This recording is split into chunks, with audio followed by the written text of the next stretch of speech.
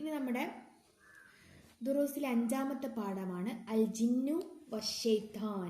ഷെയ്ത്താനെ നമുക്കറിയാം. ഷെയ്ത്താൻ, ഇബ്ലീസ് എന്ന പേര് കേൾക്കുമ്പോൾ തന്നെ നമ്മൾ എന്ത് ചെയ്യണം? നൗസ് ബില്ല. നമ്മളെ തെറ്റിലേക്ക് നമ്മളെ വഴിതെറ്റിക്കുന്നവനാണ് ആര്? ഷെയ്ത്താൻ, അല്ലേ? നമുക്ക് നോക്കാം.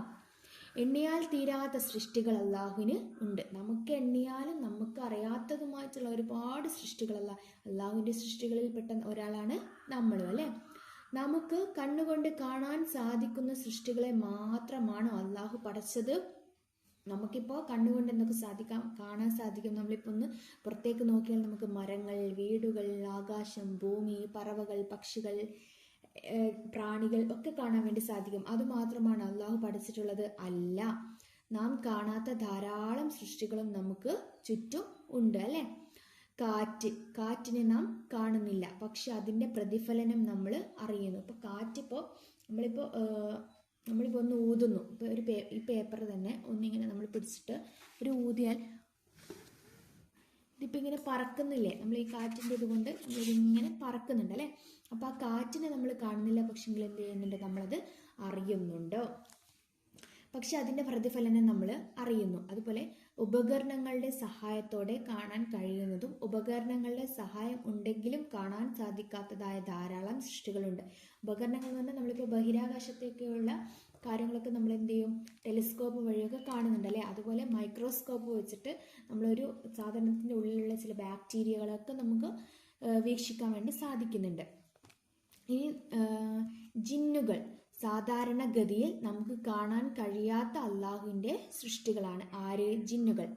മനുഷ്യരെ പോലെ അള്ളാഹുവിന് ഇബാദത്ത് ചെയ്യാൻ വേണ്ടിയാണ് ജിന്നുകളെയും അവൻ സൃഷ്ടിച്ചത്. അള്ളാഹുവിന് ഇബാദത്ത് ചെയ്യാൻ വേണ്ടിയിട്ടാണ് ജിന്നുകളും ഉള്ളത്. വമാ ഖലഖതുൽ ജിന്ന വൽ ഇൻസ ഇല്ലാ ലിയഅ്ബുദൂൻ. എന്താണ് അതിൻ്റെ അർത്ഥം? ജിന്നുകളെയും മനുഷ്യരെയും എനിക്ക് ആരാധിക്കാൻ വേണ്ടിയല്ലാതെ ഞാൻ സൃഷ്ടിച്ചിട്ടില്ല എന്ന് അള്ളാഹു പറഞ്ഞിട്ടുണ്ട്. അപ്പം നമ്മളൊക്കെ അള്ളാഹുവിൻ്റെ മാത്രം ആരാധിക്കുകയും അവന് വേണ്ടി മാത്രം അനുസരിക്കുകയും ചെയ്യുന്ന ആൾക്കാരാണല്ലേ, അല്ലേ? ഇനി നമുക്ക് ജിന്നുകളെ എങ്ങനെയാണ് സൃഷ്ടിച്ചത്? ജിന്നുകളെ തീ കൊണ്ടാണ് അള്ളാഹു ജിന്നുകളെ സൃഷ്ടിച്ചിട്ടുള്ളത്. എന്തുകൊണ്ടാണ്? തീ കൊണ്ട്. ജിന്നുകൾക്ക് ഏത് രൂപത്തിലും പ്രത്യക്ഷപ്പെടാൻ കഴിയും. ജിന്നിന് ഏത് രൂപത്തിലാണോ പ്രത്യക്ഷപ്പെടേണ്ടത് ആ രൂപത്തിൽ പ്രത്യക്ഷപ്പെടാൻ വേണ്ടി കഴിയും. അവർ ഭക്ഷണം കഴിക്കും. അവരെന്ത് ചെയ്യും? ജിന്നുകൾ ഭക്ഷണം കഴിക്കും.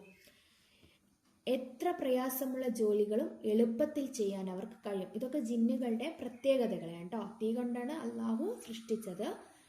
ഏത് രൂപത്തിലും പ്രത്യക്ഷപ്പെടാൻ കഴിയും. ഭക്ഷണം കഴിക്കും. എത്ര പ്രയാസമുള്ള ജോലികളും എളുപ്പത്തിൽ ചെയ്യും. പിന്നെയോ അവരിൽ സ്ത്രീകളും പുരുഷന്മാരും ഉണ്ട്. ജിന്നിൽ തന്നെ സ്ത്രീയും പുരുഷനും ഉണ്ട്. അവർ വിവാഹം ചെയ്യാറുണ്ട്. ആര്? ജിന്നുകൾ. അവർക്ക് സന്താനങ്ങൾ ഉണ്ടാകും.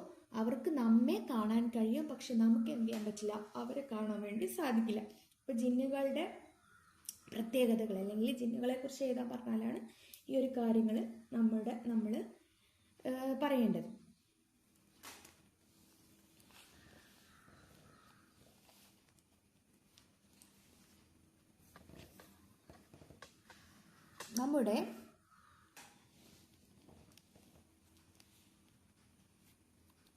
നമ്മുടെ നബി മുഹമ്മദ് മുസ്തഫ സല്ലല്ലാഹു അലൈഹി വസല്ലം ജിന്നുകളിലേക്ക് കൂടിയുള്ള പ്രവാചകരാണ്. നമുക്ക് വേണ്ടി മാത്രമുള്ളതല്ല, ഉമ്മത്തിന് വേണ്ടി മാത്രമുള്ളതല്ല, ആർക്കും കൂടി വേണ്ടിയിട്ടാണ്. ജിന്നുകളിലേക്ക് കൂടിയുള്ള പ്രവാചകരാണ് ആര്?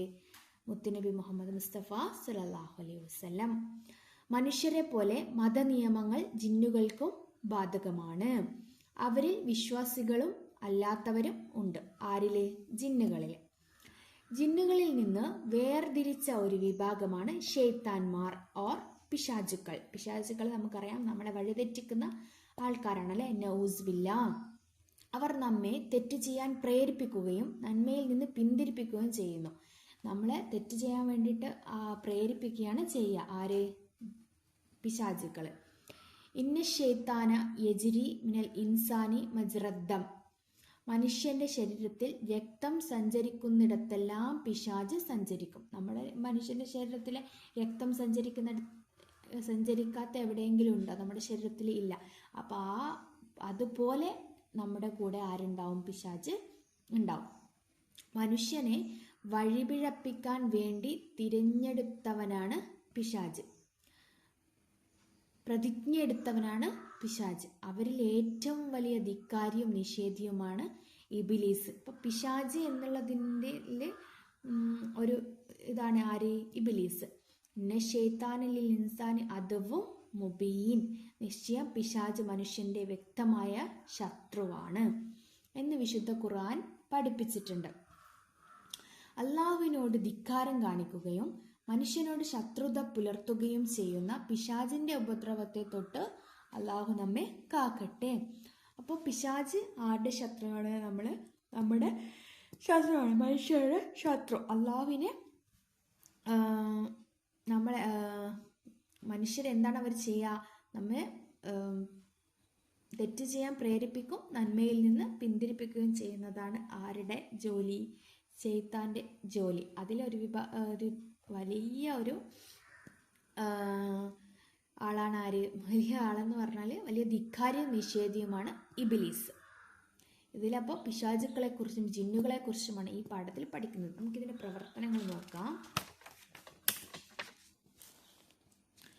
പ്രവർത്തനത്തിൽ ഉത്തരം എഴുതാം എന്നാണ്. ജിന്നുകൾ എന്തുകൊണ്ട് സൃഷ്ടിക്കപ്പെട്ടവരാണ്? ജിന്നുകൾ തീ കൊണ്ടാണ് സൃഷ്ടിക്കപ്പെട്ടിട്ടുള്ളത്. മലക്കുകൾ പ്രകാശം കൊണ്ടാണ് അല്ലേ. പിശാചുക്കളിൽ ഏറ്റവും വലിയ ധിക്കാരി ആരാണ്? ഇബിലീസ്.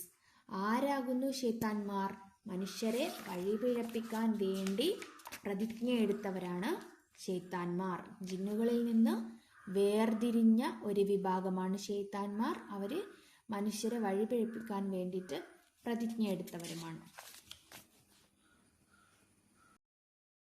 പിന്നെ ഇവിടെയുള്ള പൂരിപ്പിച്ച ആശയം എഴുതാൻ വേണ്ടിയിട്ടാണ് ഈ 3 നിങ്ങൾ നിർബന്ധമായിട്ടും പഠിച്ചിരിക്കണം. പിന്നെ അന്വേഷിക്കാം. ശൈത്താൻ എന്നു മുതലാണ് മനുഷ്യൻ്റെ ശത്രുവായതെന്നും അതിന് പിന്നിലുള്ള ചരിത്രവും ഉസ്താദിനോട് അന്വേഷിച്ച് പഠിക്കാം. എപ്പോഴാണ്? നമ്മുടെ ആദം ഹവ്വയുടെ ആ ഒരു ചരിത്രം ഉണ്ടല്ലോ, അത് നിങ്ങൾക്ക് ഉസ്താദ് പറഞ്ഞു തന്നിട്ടുണ്ടാവും. ആദം ഹവ്വയും എവിടെയായിരുന്നു? സ്വർഗത്തിൽ. ആദം നബിയും ഹവ്വ ബീവിയും സ്വർഗത്തിലായിരുന്നു. അപ്പോൾ ഒരു മരത്തിൻ്റെ പഴം മാത്രം അവർക്ക് നിഷേധിക്കപ്പെട്ടിട്ടുണ്ടായിരുന്നു. അപ്പോൾ ഈ ഹവ്വ ബീവിയുടെ ആഗ്രഹം കൊണ്ടോ മറ്റോ ആദം നബി ആ ഒരു പഴം അള്ളാഹു നിരോധിച്ച കാര്യം ചെയ്തു. ആ ഒരു പഴം അവർ കഴിക്കുകയും അവരവിടെ സ്വർഗത്തിൽ നിന്ന് പുറത്താകുകയും ചെയ്യാണ് ഉണ്ടായിട്ടുള്ളത്. അപ്പോൾ അതിനവരെ പ്രേരിപ്പിച്ചത് ഈ ഒരു ഇബിലീസാണ്. അപ്പോൾ പിന്നെ ഇബിലീസ് ഈ ഒരു ആദം നബിക്കും ഹവ്വ ബീവിക്കും സുജൂദ് ചെയ്യാൻ വേണ്ടിയിട്ട് അള്ളാഹു കൽപ്പിച്ചു. എന്നാൽ ആ ഒരു കൽപ്പന ഈ ഇബിലീസ് ധിക്കരിക്കുകയാണ് ഉണ്ടായത്. അങ്ങനെയാണ് ഇബിലീസിനെയും അള്ളാഹു സ്വർഗത്തിൽ നിന്ന് പുറത്താക്കിയത്. ശൈത്താന്മാരൊക്കെ സ്വർഗത്തിലായിരുന്നു ഉണ്ടായിരുന്നത്. ഈ ഒരു സുജൂദ് ചെയ്യാത്ത കാരണം കൊണ്ടാണ് പുറത്താക്കിയത്. അപ്പോഴാണ് അവൻ പ്രതിജ്ഞ എടുത്തത്, അള്ളാഹുവിൻ്റെ അടിമകളായ അള്ളാഹുവിൻ്റെ സൃഷ്ടിപ്പിനെ ഞാൻ വഴിതെറ്റിക്കും എന്ന് അവന് പ്രതിജ്ഞ എടുത്തത്. അന്വേഷിക്കാം. പിന്നെ ശീലമാക്കാം, പിശാചിനെ അകറ്റാം. നമ്മൾ എന്തൊക്കെ ചെയ്യണം? ഉറങ്ങാൻ കിടക്കുമ്പോൾ ഞാൻ ആയത്തുൽ കുർസി ഓതൽ പതിവാക്കും. പിന്നെയോ നല്ല കാര്യങ്ങൾ തുടങ്ങുമ്പോൾ ഞാൻ ബിസ്മി ചൊല്ലും. വിസർജന സ്ഥലത്തേക്ക് പ്രവേശിക്കുമ്പോഴും പുറത്തിറങ്ങുമ്പോഴും ഞാൻ പ്രത്യേക സിക്ർ ചൊല്ലും. ഇതൊക്കെ നമ്മൾ കഴിഞ്ഞ ക്ലാസ്സിലൊക്കെ പഠിച്ചിട്ടുള്ളതാണ്. എന്തൊക്കെയാണ്? വിസർജന സ്ഥലത്ത് പ്രവേശിക്കുമ്പോഴും പുറത്തിറങ്ങുമ്പോഴും ശൗചം ചെയ്തു കഴിഞ്ഞാലുമുള്ള ദുആയും പിന്നെയോ ഉറങ്ങാൻ കിടക്കുമ്പോൾ ആയത്തുൽ കുർസി ഓതൽ പതിവാക്കലും ഇതൊക്കെ നമ്മൾക്ക് നമ്മുടെ രക്ഷയ്ക്ക് വേണ്ടിയിട്ട് ചെയ്യാൻ വേണ്ടി സാധിക്കും. കൂടുതൽ മദ്രസ വീഡിയോകൾക്കായി ചാനൽ ഇപ്പോൾ തന്നെ സബ്സ്ക്രൈബ്